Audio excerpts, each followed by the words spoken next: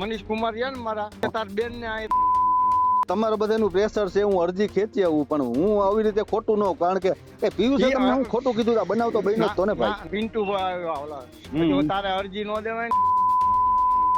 એટલે અશોક પીપળિયાને અને મનીષ રિયાણી અને શૈલેષ રિયાણીને ઓપન ચેલેન્જ કરવા માંગુ છું. મને કે બે જા ગાડીમાં, મેં મારે બેવાનું થતું નથી, તું જાવ દે ગયો બરોબર.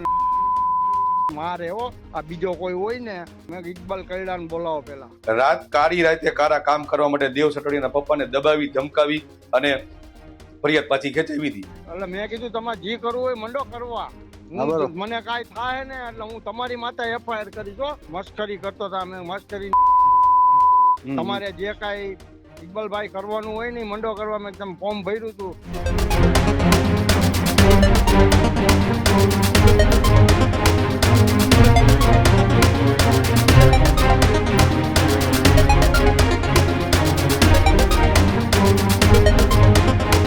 ગુજરાતનું એકમાત્ર શહેર કે જેને એ ચર્ચામાં આવવા માટે કોઈ મુદ્દાની જરૂર નથી હોતી, માત્ર એ શહેર એ ચર્ચાનો વિષય બને છે.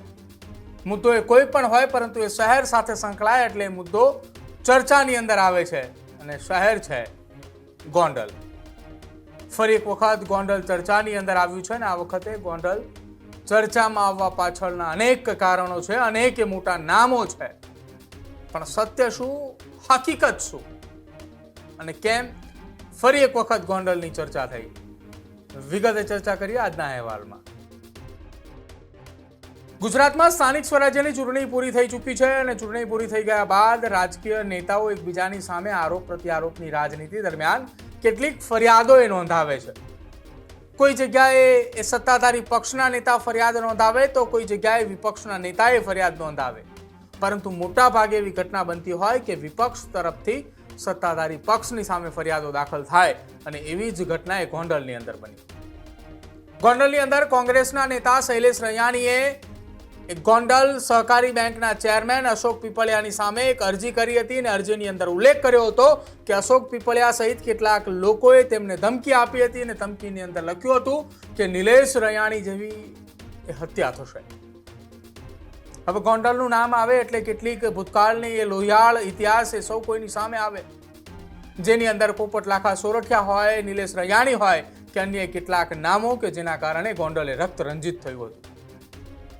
આજે પણ આપણને ખબર છે કે ગોંડલ શબ્દ આવે ત્યારે કેટલી ચર્ચા, અને લોહિયાળ ઇતિહાસ એ તરત એ લોકોની સામે તરતો દેખાય.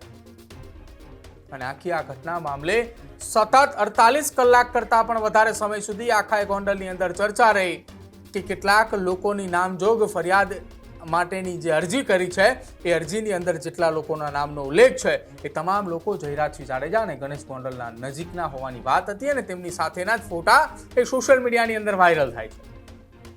વાત અહીંયા ઊભી નથી રહેતી, અને શરૂઆત એ વાતની હવે થાય છે કે આ ગાંધી અને સરદારનું ગુજરાત છે કે પછી આ યુપી અને બિહાર જેવું. સવાલ એ ગોંડલનો આવે એટલે યુપી બિહારની વાત એટલા માટે આવે કે જે અરજી શૈલેષ રૈયાણીએ કરી હતી, અરજી પરત ખેંચવા માટે નત નવા કાવતરાઓ થયા, બહુ જ મોટા ષડયંત્ર થયા. અને આ વાતની અમે એટલા માટે ષડયંત્રની વાત કરી રહ્યા છીએ કે શૈલેષ રૈયાણીએ ખુદ એ ગોંડલ શહેર કોંગ્રેસ પ્રમુખ પાસે કબૂલ કર્યું છે કે આ ઘટનામાં ષડયંત્ર થયું છે અરજી પરત ખેંચવા માટે. આ એ ઘટનાની અંદર અરજી પરત ખેંચાય છે, પરંતુ એ અરજી પરત ખેંચાતાની સાથે એક નવી ફરિયાદ ગોંડલ બી ડિવિઝનની અંદર થાય છે, અને એમાં કોઈ અરજી નથી થતી, એમાં સીધી જ એફઆઈઆર દાખલ થાય છે. હવે એવું થતું હશે કે જે જગ્યા ઉપર નિલેશ રૈયાણી જેવી હત્યા કરવાની વાત આવી ત્યાં અરજી દાખલ થાય, અને જે અરજી પરત ખેંચે અને ત્યારબાદ અન્ય કેસની અંદર કોઈ બીજા વ્યક્તિ સામે સીધી ફરિયાદ દાખલ થાય. કનેક્શન શું છે? કનેક્શનના એ ભાગરૂપે પહેલા એ ઓડિયો ક્લિપ સાંભળો, જેની અંદર એક નામ એ ખૂબ ચર્ચાની અંદર આવે છે, અને નામ છે બજરંગ દળ સાથે વિશ્વ હિન્દુ પરિષદ સાથે જોડાયેલા વ્યક્તિ અને પાટીદાર સમાજનો યુવા ચહેરા તરીકે ગોંડલની અંદર છેલ્લા કેટલાક સમયથી ઝઝૂમી રહેલો યુવા આગેવાન પિયુષ રાદડિયાને પહેલા માતાજી બોલો બોલો. તે ફોન નહોતો પડ્યો, કીધું ફોન તો કરું. એ તો મામા સમજી ભાઈ મજબૂરી હોય પારિવારિક કલે ભાઈ, એમાં તમે ખોટા નથી શૈલેષભાઈ. એમાં એવું નહોતું બાપુ, હું અમારા કાકા ગુજરી ગયા ને ત્યાં ધૂન હતી સમજ્યા. એટલે ભાઈ ધૂનમાં કઈ અવાજ સંભળાનો નહીં, પછી મેં તમને પાછો કર્યો તો લાગતો નહોતો. ના હું બહાર ગામ હતો, કાંઈ વાંધો નહીં. અમને તું તાર દુઃખ નથી લાગ્યું તે પરજી ખેંચી પાછી. એમાં અમે સમજી તારી મજબૂરી સમજુ હું, તારી મજબૂરી અમે સમજી જાણી. તારી માથે એટલું પ્રેશર કર્યું બધાએ, એવું જ હતું ને? હા બાપુ, એમાં એવું થયું, જો મારા છોકરાને ઓફિસમાં બેહાર દીધો. અમે અહીંયા આપણે ફોર્મ ઓલો અરજી કરીને ન ગયા. હા એટલે સાંભળો પેલા મારી વાત, પછી મને કહી દો. ના ના ના ના, તું ખોટો નથી ભાઈ, બોલ બોલ. પછી મારા હાડાનો અડધી કલાક થઈ ને એટલે ફોન આવ્યો કે મારી બેન ને તેડવા આવું, તમે ક્યાં હો? મેં કહ્યું પોલીસ સ્ટેશને હાવ. મનીષ કુમાર રહ્યા ને મારા, હા એ મારી બેન ને ઘીરે લઈને જ આવ્યા. હજી હું જમતો હતો ને તાર કે તાર બેન ને અહીં રાખજે, નકર એફઆઈઆર ખેંચી લે. મને કે ત્યાં લગીન માં ઈ કે અહીં રાખજે, બરોબર. પછી મારા છોકરાનો ફોન આવ્યો, મને કે પપ્પા તમે ક્યાં હો? મેં કીધું ઘરે હોઉં. કા? એટલે મેં કીધું તું ક્યાં હો? ઈ કે હું સૌ અશોકભાઈ ની ઓફિસ માં, અશોક બાટલી ઓલો ગાંઠિયા વાળો. હા. મને કે તમે અહીંયા આવો. મેં કીધું જમું હું હમણાં આવું હું. જમીન હું ત્યાં ગયો ને તો અશોકભાઈ ની બે ત્યાં બેઠા હતા ને અશોક બીજો ઓલો બાટલી. મારો છોકરો ત્યાં હતો. મને કે પપ્પા તમે આ શું કર્યું? ઈ કે એટલે મને હું સમજી જાઉં બધું. પછી મને કે કાંઈ વાંધો નહીં કે હું તો હાજર થઈ જઈશ હો. ઈ કે મામા ઈ કે. મેં કીધું કાંઈ વાંધો નહીં, હું જાઉં છું. તા હજી તો હું મારી ડેલીએ પહોંચ્યો ને, મારો ભાઈ અને મારો પટેલ આવ્યા, બે ગાડી લઈ. પ્રવીણભાઈ રેયાણી. હા પ્રવીણભાઈ રેયાણી. મને કે બે જા ગાડીમાં. મેં મારે બેવાનું થતું નથી, તું જાઓ દે. બરોબર. મેં કીધું તમે જેદી ગાયરું કાઢી એને પૂછો તો તમે ક્યાં હતા. પછી બાપુ જે દ્રશ્ય મેં જોયું છે ને ગયો બરોબર. મારે હો આ બીજો કોઈ હોય ને 50-60 જણા હતા ત્યાં. અશોકભાઈ શું કરવું, અશોકભાઈ શું કરવું હે, બરોબર. એટલે મેં કીધું તમારે જે કરવું હોય મંડો કરવા. મને કાંઈ થાય ને એટલે હું તમારી માથે એફઆઈઆર કરીશ હો. એટલે અશકાએ ઉભો થઈને એવું કીધું કે મામા ઈ કે તમે ઈ કે કાંઈ ઉપાધિ કરવામાં મૂક્યા, હું તમને બધી કાર્યવાહી કરી લઉં. મેં કીધું જે કરવી હોય મંડો કરવા, બરોબર હે. સલીમ ખાટકી આવ્યો. મને કે શૈલાભાઈ ક્યાં હો? મેં કીધું હું અહીંયા ઓફિસે આવું, બરોબર. એટલે ઈ આવ્યા, પિન્ટુભાઈ આવ્યા, ઓલા હર્ષદથી ઓલા હર્ષદ જેવું પિન્ટુભા ચુડાસમાં. મને કે શૈલાભાઈ તમે ગાડીમાં હાલો. ઈ કે મારી ભેગા. મેં મારા બાપુ ક્યાંય નથી આવવાનું, બરોબર. મને કે તમે હાલો ભાઈ સાહેબ, ઈ કે મારો ભાઈ હોય ને તો હાલો. મેં ઇકબાલ કૈડા ને બોલાવો પેલા. એટલે ઇકબાલ કૈડા એને બોલાવ્યો. કે ભાઈ તું હું આને ગાયરું કાઢે? ઈ કે મારે તો સંબંધ હે વારી વારી. ઈ કે મેં કીધું તો તેદી તમે મને કહેતા હતા ખોવાઈ જાય ને આમને તેમ ખોઈ નાખો. ઈ કે ના ના ના ના ના. ઈ કે કાંઈ નથી કરવાનું શૈલાભાઈ. કે હું મસ્કરી કરતો હતા. મેં મસ્કરી તમારે જે કાંઈ ઇકબાલભાઈ કરવાનું હોય ને મંડો કરવા. મેં તમે ફોર્મ ભર્યું હતું તેદી તમે મને દબાવતા હતા, બરોબર. બંગલે હાલો નામ ને તેમ. બોલાવો તમારે બંગલે થી જેમ બોલાવો એનો. છેલ્લે મારી ઘરવાળીને ફોન આવ્યો. ઈ કે હું મારા ભાઈ અમારો હાડાનો, ઈ કે હું મારી બેન ને લઈ જાઉં છું, એફઆઈઆર ખેંચો કે નહીં. મેં કીધું તમે બધા ભેગા થઈને મારી. પછી મારે અહીંથી ખેંચવું પડ્યું. ના નહીં, પણ ઈ ખેંચવા તમે શૈલેષભાઈ હું સમજુ તમારી મજબૂરી કે ભાઈ પ્રેશર આવ્યું ખેંચું. પણ તમે જે આ વાહેથી વિડીયો બનાવ્યો અને જે પિયુષ નું નામ લીધું ને ઈ હકીકત તમારે કહી દેવાય એને. મારી વાત સાંભળો હર્ષદ. પિયુષ નું નામ એટલા માટે મેં એને આપ્યું. મેં તમારું નામ કે આવ્યું?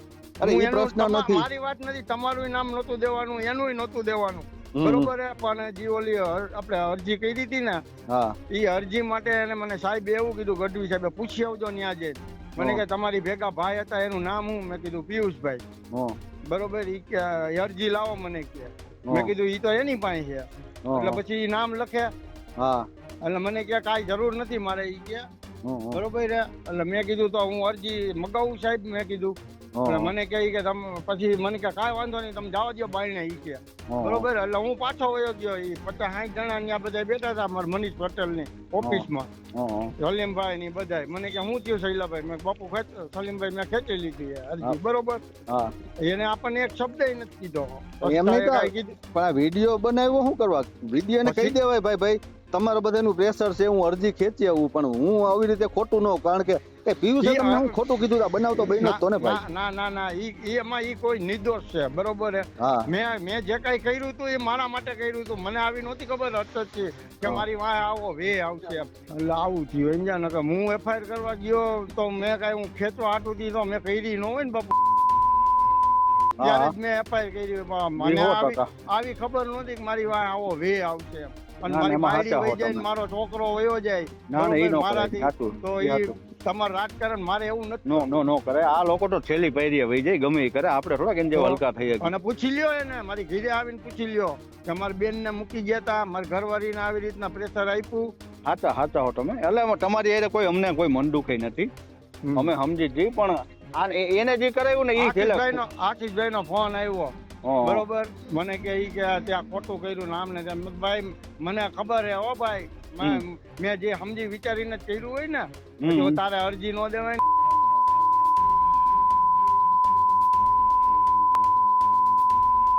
પછી તાકાત હતું એટલું કરી લીધું, પછી હું કરું? આવું દ્રશ્ય આવશે એ મને નથી ખબર હતું. સાચો કાંઈ વાંધો નહીં, જી જી. હવે બરોબર, અમારા ઘરે કઈ મનમાં રાખતો ને એવું ડાયલા કરે, બરોબર.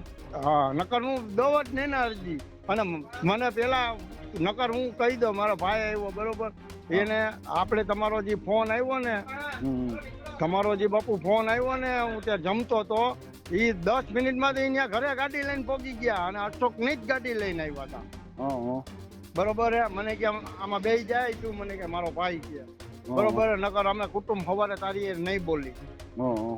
મેં કીધું ન બોલવું કાંઈ નહીં, પછી કાંઈ હાવ આવું થોડું હાલે બાપુ. આ ઓડિયો ક્લિપની અંદર તમને પિયુષ રાદડિયાનું નામ સંભળાયું. પિયુષ રાદડિયા ગોંડલની અંદર સતત આગેવાની તરીકે અથવા તો યુવા આગેવાન તરીકે ચર્ચિત છે. પિયુષ રાદડિયા એ ચર્ચામાં આવ્યા જ્યારે અલ્પેશ કથિરિયા સહિતના એ નેતાઓ ગોંડલ પહોંચ્યા. ગોંડલની અંદર પાટીદારોની રેલી થઈ અને દરમિયાન ક્ષત્રિય સમાજ અને ગોંડલના કેટલાક લોકો અને પાટીદારોની વચ્ચે જે આખી બબાલ સર્જાઈ, ત્યારથી પિયુષ રાદડિયા ચર્ચામાં આવ્યા. ત્યારબાદ તેમની સામે પોલીસ સ્ટેશનની અંદર અલગ અલગ સતત 4-5 ફરિયાદો દાખલ થઈ. ત્યારથી સતત ચર્ચાની અંદર રહેતા પિયુષ રાદડિયાનો નામનો ઉલ્લેખ શૈલેષ રૈયાણીએ કર્યો. શૈલેષ રૈયાણીએ એક વિડીયો બનાવ્યો હતો અરજી પરત ખેંચ્યા બાદ, અને પિયુષ રાદડિયાના નામનો ઉલ્લેખ થયો.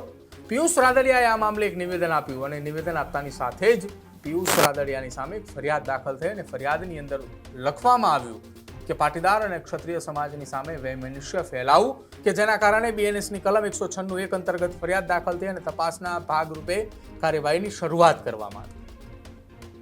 જે જગ્યાએ હત્યા કરી દેવા સુધીની ધમકી આપે છે ત્યાં કોઈ ફરિયાદ નથી, માત્ર એક નિવેદન આપે છે જેને ષડયંત્ર ગણાવી અને ત્યારબાદ એની સામે ફરિયાદ થાય. શું કહ્યું એ આખી આ ઘટના મામલે આ પિયુષ રાદડિયા કે જેમણે ઓડિયો ક્લિપની અંદર તેમના નામની ચર્ચા થતાં તેમણે એક પોતાનું સ્ટેટમેન્ટ આપ્યું અને સ્ટેટમેન્ટના આધારે ફરિયાદ દાખલ થઈ, એને લઈને સાંભળો. પ્રથમ તો આ કોઈ કાવતરું ન કહેવાય. કોઈ વ્યક્તિને જાનથી મારી નાખવાની ધમકી આપવી, મા બેન સમાની ગાળો આપવી, એ એક આગેવાન તરીકે અશોકભાઈ પીપળિયાને સોંપતું નથી. બીજું, 18 તારીખે રાત્રે બનાવ બન્યો, 19 તારીખે મારી હોટલે 10 ગોંડલના આગેવાનોની વચ્ચે આ વ્યક્તિએ પોતાની આપવીતી જણાવી. તેમ છતાં મેં સમજાવ્યું, ભાઈ તારા પરિવારના જ છે, તારે ફરિયાદ કરવી હોય તો સમજી વિચારીને કરજે. એ પછી ભાઈના કાકાના તબિયત ખરાબ હતી એટલે કાકાનું અવસાન થઈ ગયું. ભાઈ પાછળથી ફરી પાછા અમારે સંપર્ક કર્યો કે મારે ફરિયાદ કરવી છે. શૈલેષભાઈ પોતે આખી અરજી વાંચી, પોતે સાઇન કરી, પીએસઓમાં ઇન્વર્ટ કરાવ્યું અને બી ડિવિઝનના પીઆઈ સાહેબને પોતે જ રજૂઆત કરી પીઆઈ સાહેબની ચેમ્બરમાં. પાછળથી એમના મનીષભાઈ રૈયાણી જે ઉપપ્રમુખ છે ગોંડલ નગરપાલિકાના, એમના પત્ની છે એને બેન થાય, એ બેનને શૈલેષભાઈની ઘરે મૂકી ગયા. પછી પૂર્વ પ્રમુખ જે ભાવનાબેન પ્રવીણભાઈ રૈયાણી છે, પ્રવીણભાઈ રૈયાણી એમના મોટા ભાઈ થાય, પ્રવીણભાઈ રૈયાણીનું પ્રેશર આવ્યું. અને અશોકભાઈ પીપળિયાને હું આંખમાં એટલે ખટકું છું કે નિલેશ રૈયાણી મર્ડર કેસની અંદરમાં જે સુપ્રીમ કોર્ટમાં હું અને જગદીશભાઈ સાટોડિયા જે પિટિશન ફાઇલ કરવાના છીએ જયરાજસિંહના જામીન રદ કરવા માટે, એટલે એના પેટમાં તેલ રેડાયું, એટલે આવું અમારી ઉપર ખોટો આક્ષેપ કરે છે. અને અશોકભાઈ પીપળિયાનું આ પહેલેથી આવા કામ કરતા આવે. દેવ સાટોડિયા નામના વ્યક્તિને જ્યારે માર માર્યો ત્યારે આ જ અશોક પીપળિયા કાળી રાતે કારા કામ કરવા માટે દેવ સાટોડિયાના પપ્પાને દબાવી ધમકાવી અને ફરિયાદ પાછી ખેંચાવી હતી. એટલે અશોક પીપળિયાને અને મનીષ રૈયાણી અને શૈલેષ રૈયાણીને ઓપન ચેલેન્જ કરવા માંગુ છું કે તમારામાં 1% નૈતિકતા હોય અને 1% તમારામાં હિંમત હોય તો તમે મારી સાથે બાવાજી બાપુના મંદિર આવો મોવિયા અને ધૂપેલી ઉપાડી લ્યો. જો તમે ધૂપેલી ઉપાડો ને તો મારે જાહેરમાં તમારી માફી માંગવાની તૈયારી છે. બાકી તમારા કરતૂતો બધાય જાણે છે. એટલે પેલા તો પટેલના દીકરાઓને કોઈને મારવાનું ધમકાવવાનું બંધ કરી દો, નકર હવે સહન નહીં કર્યું. અને સામાજિક આગેવાન તરીકે મારી જવાબદારી છે કે આવું કોઈ પણ જગ્યાએ કૃત્ય થાય તો ખુલ્લો હું એના સમર્થનમાં આવીશ, ભલે મારે જેલમાં જવું પડે, મારી તૈયારી છે. તો આ છે ગોંડલની વાસ્તવિકતા, ગોંડલની હકીકત. અહીંયા બની કંઈક અલગ રહ્યું છે, ચર્ચા કંઈક અલગ ચાલી રહી છે અને ફરિયાદો પણ કંઈક અલગ થાય છે. ગોંડલ એ પહેલાથી જ એટલા માટે ચર્ચામાં છે કે કયું કારણ, એ નાની અમથી ઘટના હોય પરંતુ એ ગોંડલની અંદર બને એટલે ગુજરાત લેવલે મુદ્દાની અંદર આવે, ચર્ચાની અંદર આવે. અરજી પરત ખેંચાવી, ઓડિયો ક્લિપ એ સોશિયલ મીડિયાની અંદર વાયરલ થવી અને પિયુષ રાદડિયાનું નિવેદન આપવું, આ એક સામાન્ય ઘટના એ કોઈ લોકો માની શકે, પરંતુ આનું કનેક્શન ગોંડલ સાથે છે, ગોંડલની અંદર બનેલી ઘટનાઓ છે, એટલા માટે આ ચર્ચાની અંદર આવે છે. વાત એ નથી, વાત એ કાયદો અને વ્યવસ્થાની સ્થિતિ ઉપર છે કે કોઈ વ્યક્તિને એટલો દબાવવામાં આવે કે જેની અરજી પરત ખેંચાય અને અરજી પરત ખેંચાતી વખતે કોઈ વ્યક્તિ નિવેદન આપે છે, નિવેદન એ પોતાની આપેલી અરજીથી વિપરીત હોય તો એ સ્વાભાવિક કે ગુજરાત પોલીસે સમજવું જોઈએ કે આખી આ ઘટનાની અંદર ક્યાં શું રંધાઈ રહ્યું છે. અને પિયુષ રાદડિયાની સામે દાખલ થયેલી આ ફરિયાદ હવે આવનારા સમયની અંદર એ ચર્ચાનો વિષય બનશે કે શું એ ઘટના ગોંડલની અંદર બની રહી છે. જ્યારે ચર્ચા એ રાજકોટ જિલ્લા પોલીસ વડા અને રાજકોટ રેન્જ એ બંને સાથે મળીને જો ધમધમાટ કરે છે તો આવનારા સમયમાં આ કેસમાં કંઈક મહત્વની કડીઓ મળી શકે છે.